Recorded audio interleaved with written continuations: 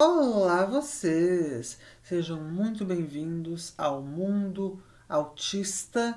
E hoje o assunto é aquele tema que as pessoas não param de falar na comunidade do autismo, que é o diagnóstico, a revelação recente do diagnóstico da Cia, aquela cantora que muita gente adora e que, né, por seu trabalho artístico, mas que 2 anos cancelada, inclusive pela comunidade autista, por dirigir um filme chamado Music, e foi alvo de diversas polêmicas sobre a maneira como ela abordava, de maneira inclusive capacitista, o autismo.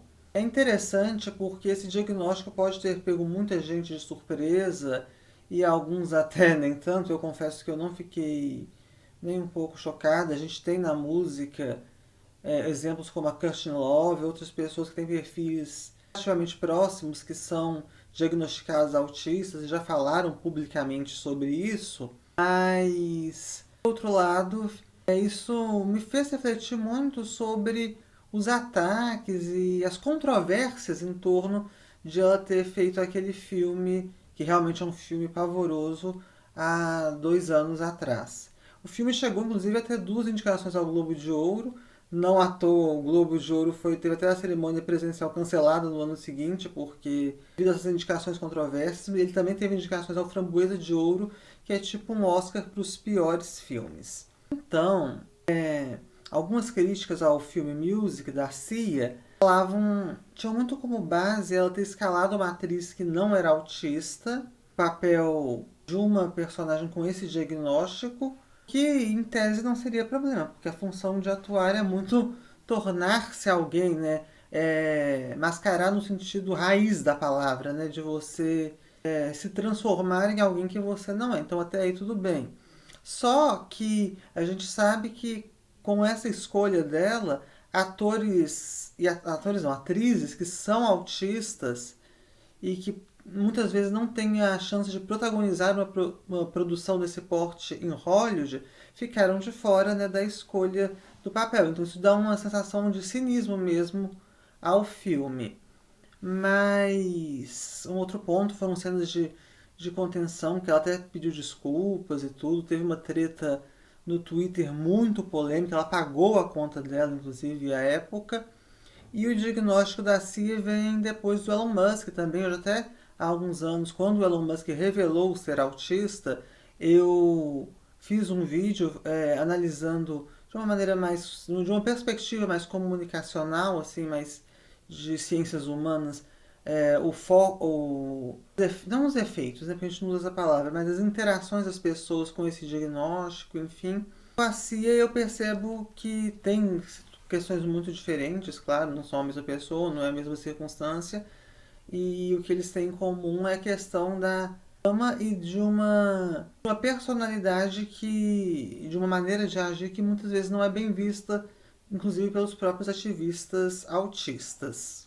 Mas falando especificamente da CIA, isso tudo, e do filme Music também, isso tudo me levou a uma reflexão sobre o lugar de fala, né? Porque dessas críticas que fizeram a esse longa-metragem, elas tiveram muito como foco como se ela fosse uma neurotípica, assim, alguém com uma visão totalmente capacitista e sem conhecer em profundidade aquilo que ela aborda, colocasse então essa visão, impusesse, na verdade, essa visão neurotípica, sem que ela não tem lugar de fala como autista, no público, como se ela tivesse esse conhecimento, como se ela tivesse uma limitação na assimilação dela do que seria o autismo para traduzir isso em arte complicado, e ela não teve a humildade de reconhecer isso. Mas agora, ela falou até que já pensou em, né, teve momentos muito difíceis, que ela viveu com muita camuflagem social, teve que colocar seu traje humano, entre aspas, as palavras dela, para interagir socialmente, enfim, vendo tudo isso e lembrando do conceito de lugar de fala, eu me lembro muito daquele livro, O que é Lugar de Fala, da Djamila Ribeiro, que é um livro muito bacana sobre esse conceito científico, né, que muitas vezes a gente banaliza e até deturpa no ativismo, mas é um conceito da ciência, e as ciências humanas também são ciência e merecem ser valorizadas. que ela propõe nesse livro é que o lugar de fala ele não significa que você, por ser autista, vai saber mais de autismo do que uma pessoa que não é autista. Ou necessariamente, né? Que o fato de você ser autista não necessariamente dá consciência do que representa ser autista na posição que você está. Posição essa que, no caso da Cia, é de uma mulher branca, com várias características, que é autista, mas isso não faz dela uma especialista, né? Alguém que entenda profundamente do autismo só por ter o lugar de fala, que muitas vezes a gente confunde isso no senso comum, fala, isso não é meu lugar de fala.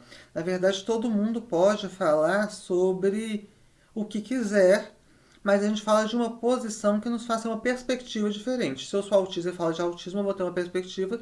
Se eu não sou autista, a mesma coisa. Eu vou ter outra perspectiva, na verdade, né? Se eu não sou autista e falo sobre autismo. E a gente também, ultimamente, até com a Patrícia Hill Collins, alguns autores, e principalmente algumas autoras do feminismo negro, do feminismo trans também, por exemplo, a gente tem compreendido melhor essa noção de interseccionalidade. E atravessa, então, que a maneira como essas características das pessoas que compõem o lugar de fala, elas se interseccionam, interagem entre elas de maneiras que são múltiplas.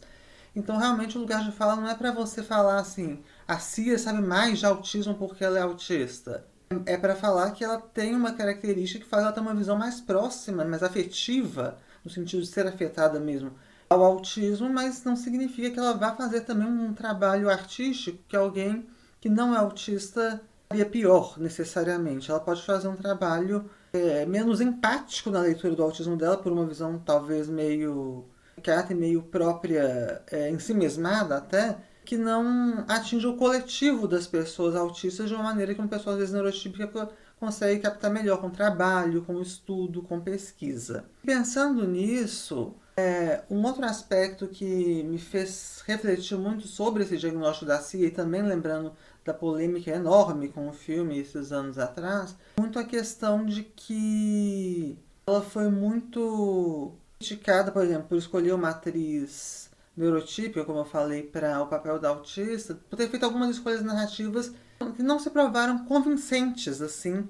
às pessoas autistas. Só que eu fico pensando que a arte ela envolve uma série de tentativas e erros, de criatividade, de ousadias, que nem sempre dão certo. Então um filme pode ser um fiasco por N motivos. E não necessariamente significa que a pessoa que criou tem aquela má intenção, uma pessoa capacitista, uma pessoa péssima, entre aspas, assim, né? Porque eu não acho que ninguém seja péssimo assim, não. Acho que as pessoas têm níveis diferentes de consciência das coisas e escolhas mesmo que vão moldando a interação e a ação delas no mundo. Quando a gente olha por esse lado, então, de que geralmente o produto artístico que dá errado e que não é empático com as pessoas que ele retrata, isso não costuma ser por uma má intenção da pessoa criadora, a gente pode olhar para a Cia de uma outra forma, porque realmente eu fiquei muito tocada quando ela falou assim de vestir esse traje humano e de tentar ser outra pessoa, tentar agradar, tentar se forjar em uma outra personalidade que não é a dela para se encaixar e se adequar ao mundo. Isso é muito doloroso para muita gente.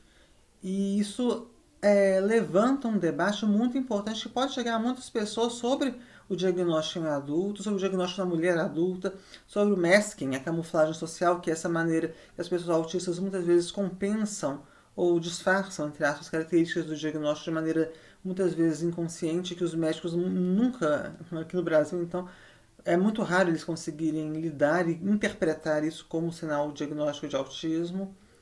Então eu acho que, olhando por esse prisma, é até positivo que uma pessoa com as características dela tenha divulgado isso. E eu lamento muito que ela tenha, né, sido tão atacada, embora não estou aqui relativizando ou minimizando os erros dela. Eu acho que as pessoas têm razão no argumento, mas é aquela coisa, né? Uma coisa é atacar as ideias, mas as pessoas eu acho mais delicado, porque no fundo ela tinha esse lugar de fala, ela só não tinha consciência de como trabalhar isso da melhor maneira, penso eu. Então, o que eu realmente desejo agora é que esse diagnóstico da CIA seja mais um passo na conscientização do autismo na mulher, do autismo em adultos, sendo ela uma figura pública expressiva, né?